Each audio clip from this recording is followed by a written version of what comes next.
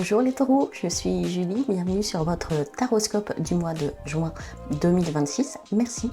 Merci à tous ceux qui sont déjà abonnés à ma chaîne et si vous passez par là avec ce contenu vous parle, n'hésitez pas à vous abonner, à liker, à partager, c'est important pour moi, c'est le début donc j'ai besoin de savoir si jamais ça vous parle, si jamais je suis dans la bonne direction.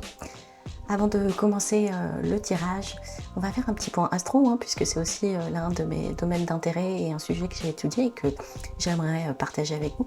Alors les taureaux, on voit que jusqu'au 28 juin, vous avez Mars qui est avec vous. Donc vous allez avoir une énergie de bulldozer par rapport à ces derniers mois. On le ressent, ça vient vraiment vous redonner un coup de boost au niveau de votre énergie physique en tout cas. Et vous allez être surtout hyper sollicité ce mois-ci. Donc vous allez avoir besoin de Mars à vos côtés. Juste un petit point d'attention, le 19, quand Chiron rejoint votre signe, juste ce jour-là, Chiron en fait c'est la planète qu'on associe souvent aux blessures. Donc faites attention éventuellement ce jour-là aux blessures que vous pourriez vous provoquer. En tout cas c'est un mois de... un mois de juin qui, après une fin de cycle, puisque Uranus vous a enfin quitté, et qui vous a bien embêté pendant 7 ans, qui agit comme le début d'un nouveau cycle, donc le début d'une nouvelle énergie. Et on va voir justement ce que vous allez en faire avec les cartes. Alors comme d'habitude, on fera un tirage général, un tirage sentimental, et on prendra le temps d'aller interroger l'oracle des réponses divines. Je vous mets de toute façon le timeslap, je vous mets aussi le nom des tarots et des oracles que j'utilise en description. Je vous accélère tout ça au montage et on se retrouve tout de suite pour l'interprétation. Merci les taureaux.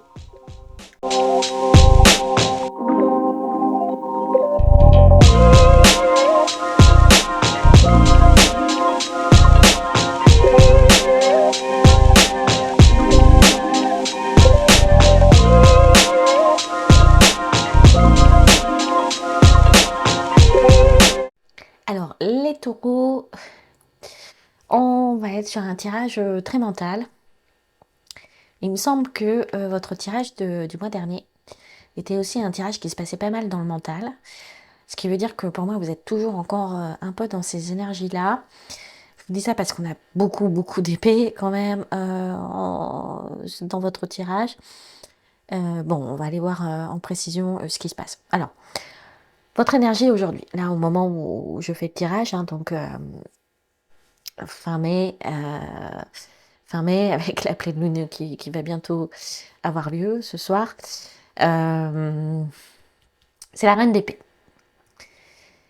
Alors, l'épée, c'est pas votre élément. Vous, c'est la terre. C'est la stabilité matérielle, le concret, la sécurité.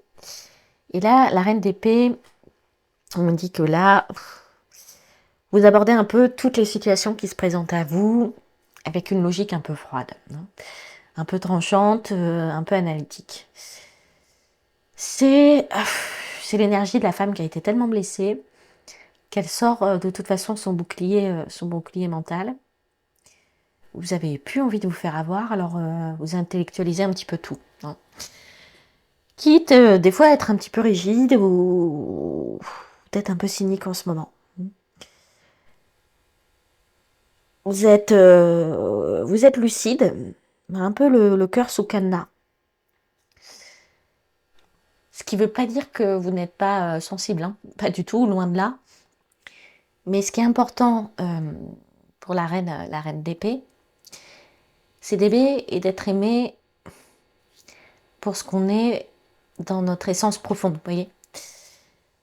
Et la reine d'épée, elle recommande toujours de détourner le regard de ceux qui nous convoitent ou qui viennent vers nous pour de mauvaises raisons. Donc vous êtes vraiment dans cette énergie de vivacité d'esprit, de vérité, d'équité et d'impartialité.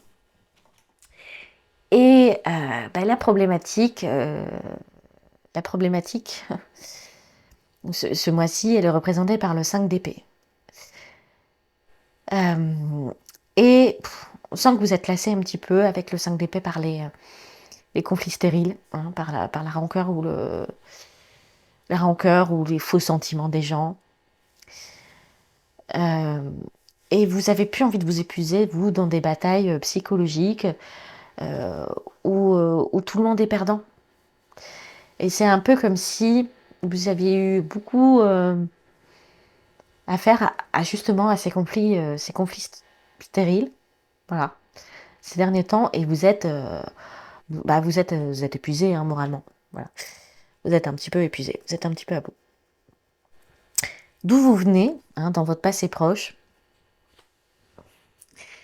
Et c'est là où c'est très contrastant, parce qu'on m'indique que dans le passé proche, ou en tout cas, il y a tout pour avoir ce qu'on appelle ce foyer heureux qui vous convient parfaitement. Hein, le cadre de bâton, c'est la fête, la stabilité. Alors vous revenez peut-être d'un voyage, en fait. Je pense que c'est ça. Vous revenez d'un voyage, justement, vous avez retrouvé ça. Vous avez pu faire un petit peu ce cap de lâcher prise, de souffler, d'être un peu loin, justement, de tous les problèmes. Et vous venez en tout cas de cette étape où c'était harmonieux, où c'était joyeux. Et quand vous revenez, voilà, quand vous revenez, c'est ce que je ressens en fait. Vous revenez d'un voyage, et quand vous revenez, vous retrouvez un petit peu la merde, hein, qui n'a pas bougé. Et ça vous désenchante un petit peu, forcément, quoi. Avec le cadre de coupe, on voit que, bah voilà, vous asseyez par rapport à tout ce qu'il y a en face de vous, là. Vous réfléchissez à tout, et vous avez un peu envie de vous enfermer, quoi. Vous enfermer temporairement, justement, parce que vous avez vécu quelque chose de tellement apaisant, tellement agréable. Et puis vous vous dites un petit peu, allez, à quoi bon, quoi? À quoi bon, quoi? En fait, ils ont continué leur guerre.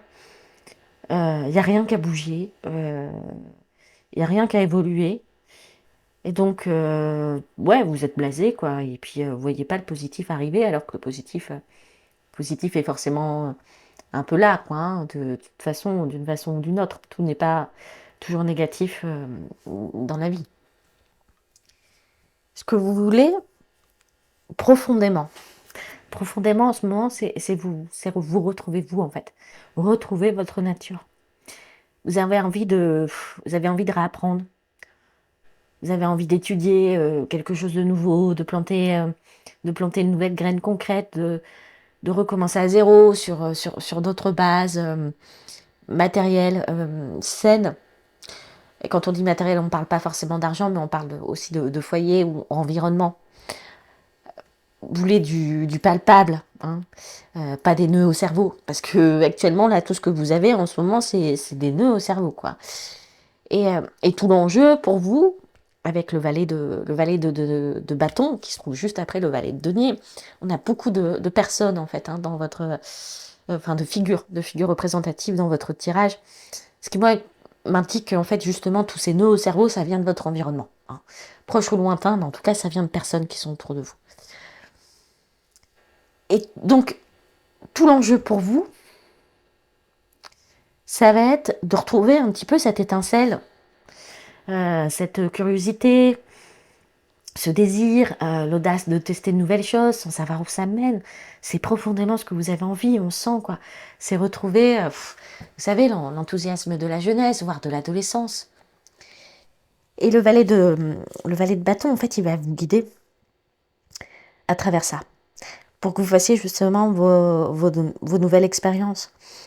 Ça va être votre meilleur guide pour pouvoir faire le discernement entre les émotions et les sensations, des fois qui pourraient être un peu superficielles, ou en tout cas certains comportements qui pourraient être trop superficiels et donc qui vous seraient néfastes, parce que vous n'êtes pas fait pour ça, quoi. Vous n'êtes pas fait pour ça. Et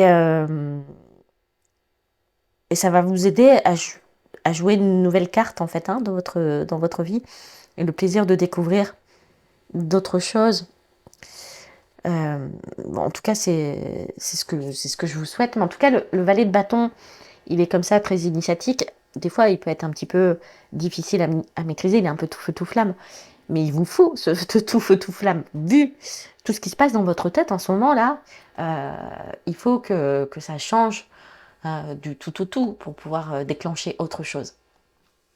Parce qu'on voit bien avec la carte du reine de coupe, hein, qui vient juste après la reine d'épée. Donc, la reine d'épée, c'est celle, en fait, qui est qui est visible en fait par les autres. Vous voyez, c'est un petit peu, ce serait l'ascendant en termes astrologiques, mais c'est un peu la figure que vous avez dû prendre par rapport à toutes les épreuves que vous avez traversées.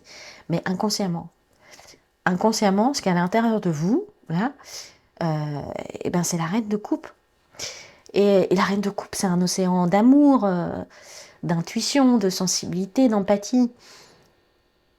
Donc on a un peu l'impression que vous avez pris la figure de la reine d'épée, celle qui fait un peu l'indifférence, pour protéger votre cœur et vos envies, alors qu'il est immense, qu'il est vif et qu'il n'a qu'une envie, là, c'est de commencer quelque chose de nouveau. Mais c'est vrai que on sent que, avec tous les personnages qui sont présents, là, et qui vous torturent un petit peu mentalement, euh, on sent que ça vous a un petit peu mis à terre, quoi, tout ça, hein, tout ce qui s'est passé. Il y a dû y avoir pas forcément des trahisons, mais en tout cas, si, des petits coups d'épée par-ci par-là, quoi, en tout cas. Hein. Et, euh, et on sent que vous êtes dans un environnement psychologique. Voilà, c'est ça, c'est votre environnement psychologique tellement épuisant que forcément, vous ne pouviez arriver que à cette posture de ouais, là, non, attendez, je m'assois, là, trop c'est trop, quoi. Trop c'est trop, mais ce qui est rassurant avec le 10 d'épée, c'est que c'est la fin d'une série. Voilà. Ça signe la fin. Ça, en gros, ça peut pas être pire. Donc il y a forcément du mieux qui va arriver. Et c'est ce qu'on vous dit en fait. Hein. C'est-à-dire qu'après après toutes ces prises de tête qui sont arrivées, il y a forcément que du mieux qui peut se produire. Mais vous avez peur, et c'est normal. C'est normal, vu tout ce qui s'est passé, c'est de rester un petit peu bloqué dans ce schéma mental, parce que tout ça, ça vous a forcément éduqué. Voilà. Ça vous a éduqué, ça vous a transpercé. Hein, donc vous vous sentez un petit peu des fois ligoté par rapport à tout ça, alors que vous ne l'êtes pas. Hein. On voit en vous, il y a la reine de coupe. Hein. Et, euh, et vous allez réaliser ce mois-ci avec le 10 d'épée, puis après avec le 8 d'épée, que votre prison mentale, euh, eh bien, elle est juste mentale, justement. Et un nouveau commencement va vous permettre justement de voir les choses autrement. Les problèmes seront toujours là, hein, si jamais il s'agit de conflits familiaux, vous voyez, et tout ça, ils seront toujours là, jusqu'à leur résolution. Mais en tout cas, vous allez prendre un nouveau départ pour les envisager autrement, ou en tout cas que ça ne vienne plus vous encombrer de la même façon. Hein, c'est ce qu'on nous dit avec la carte du fou. C'est-à-dire qu'après tout ce mental, lourd, trop lourd, en fait, vous allez décider de tout lâcher, quoi. Oui, vous allez tout lâcher, vous allez prendre un nouveau départ, c'est le détachement du regard des autres, c'est le détachement des attentes, je dirais plus des autres. Hein. Vous allez prendre votre baluchon et puis vous allez partir vers une nouvelle vie, vers autre chose en tout cas, mais plus léger, plus libre, sans attache. C'est un petit peu la carte du ouais, je m'en fous, quoi. La carte du je m'en fous. La carte du je m'en fous, quoi. Continuez vos guéguerres, là, si vous voulez. Moi, c'est bon, moi, je m'en fous, je me casse, quoi. C'est ça. Et ça nous est confirmé par la carte oracle que j'ai eu en tirage, euh, qui dit, hein, textuellement, je ne sais pas si jamais vous allez la voir, non, hein, ce n'est pas pour toi, tu mérites bien mieux. Bon, ben, je pense que ça s'aligne à 200% avec le 5 d'épée qui nous dit cache pour le taureau, ben, arrête de te battre pour cette situation, pour ces gens, euh, car ce que tu vis là, ça ne te convient pas. Tu vaux tellement mieux, voilà. Vous valez tellement mieux que toutes ces prises de tête, quoi. Et ça nous est aussi un petit peu indiqué par la carte du deck que j'ai eu pour vous, c'est la carte de la tour. Bon, alors, la tour, elle fait toujours peur, cette carte, alors que bon, c'est destruction, mais une destruction pour pouvoir surtout rebâtir derrière, en fait, hein, c'est ça qu'on vous dit. Euh, la tour, elle va venir balayer ce 10 d'épée, là, qu'on voyait de l'entourage. C'est un nettoyage qui est salutaire pour vous, parce que, on vous le redit, vous valez tellement mieux. C'est vrai, vous verrez tellement mieux. Donc, vous avez peut-être tendance un petit peu à jouer les durs en ce moment, hein, les distants avec la reine d'épée, on l'a vu, mais ça, c'est un rôle. On comprend tout de suite que vous avez pris, hein, pour vous protéger. Mais au fond, vous êtes cette personne ultra sensible, avec un cœur immense, et vous vous épuisez dans ces gardes mentales. Donc l'univers, là, il nous envoie un message radical pour vous. Non, c'est pas pour vous, hein. C'est pas pour vous cette situation. Donc laissez s'il faut les choses s'effondrer autour de vous. Ne cherchez pas à les sauver vous-même. Parce qu'il y a un immense vent de liberté qui arrive. Et, euh, et en plus, avec Uranus qui n'est plus dans votre signe, c'est ça, hein, c'est vraiment une fin de cycle, hein, pour vous. Donc vous allez tout lâcher pour sauter à pieds joints, hein, dans cette nouvelle aventure. Avec un esprit léger, et puis vous allez sortir de cette prison mentale. On va aller voir ce que nous dit le tirage sentimental. Je vais vous les mettre un peu plus proches, même si je pense que vous ne les verrez pas très bien à l'écran, parce que les couleurs sont un petit peu pâles. Alors, pour le sentimental, les taureaux, alors on retrouve quand même les énergies de votre tirage général. Donc, ça veut dire que le message devait vraiment passer, même si jamais il ne parlera pas à tout le monde. Pour moi, on est sur des couples qui sont déjà un peu établis. En tout cas, pas une toute nouvelle histoire. Mais n'hésitez pas à transposer les énergies de l'un et l'autre si jamais ça vous parle, pour ceux qui viennent voir, hein, pour leur taureau. On sent que vous, avec le 4 de denier,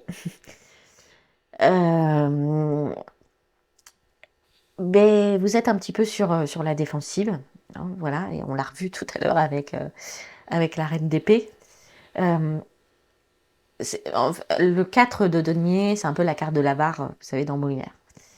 C'est un peu celui qui retient tout, qui se recroqueville sur ses acquis, hein, et sur ses émotions, par peur de perdre le contrôle ou d'être à nouveau blessé, hein, ce qui est compréhensif. En écho, de toute façon, à la reine d'épée, hein, du tirage général. On sent que vous fermez vos frontières en ce moment, et que vous gardez un peu votre cœur sous clé, ou en tout cas sous grosse protection. En face de vous, on a la carte de la force, hein, qui est la carte oracle du lion, hein, si jamais ça vous parle, mais ça c'est vraiment juste un titre indicatif. Et bien, en face de vous, et vous n'hésitez pas en fait à échanger les énergies, hein, si jamais ça vous parle. En face de vous, on sent que l'autre déploie une énergie monumentale, hein. Il y a un éléphant sur la carte, mais sinon c'est un lion. Mais voilà, c'est soit en face de vous, vous avez quelqu'un qui essaye de dompter la situation avec énormément de patience et de douceur, pour vous amener, vous, à ouvrir un peu plus votre cœur. Soit il fait preuve peut-être d'une volonté de faire un peu trop écrasante pour vous, qui avait peut-être besoin de vous en remettre un petit peu, quoi, de tout ce qui se passe justement dans votre mental. En tout cas, il y a une vraie puissance de conviction chez l'autre. Et ça, vous y êtes forcément un petit peu sensible. En blocage, on retrouve le chariot. Alors le chariot, normalement, c'est l'énergie du mouvement, hein.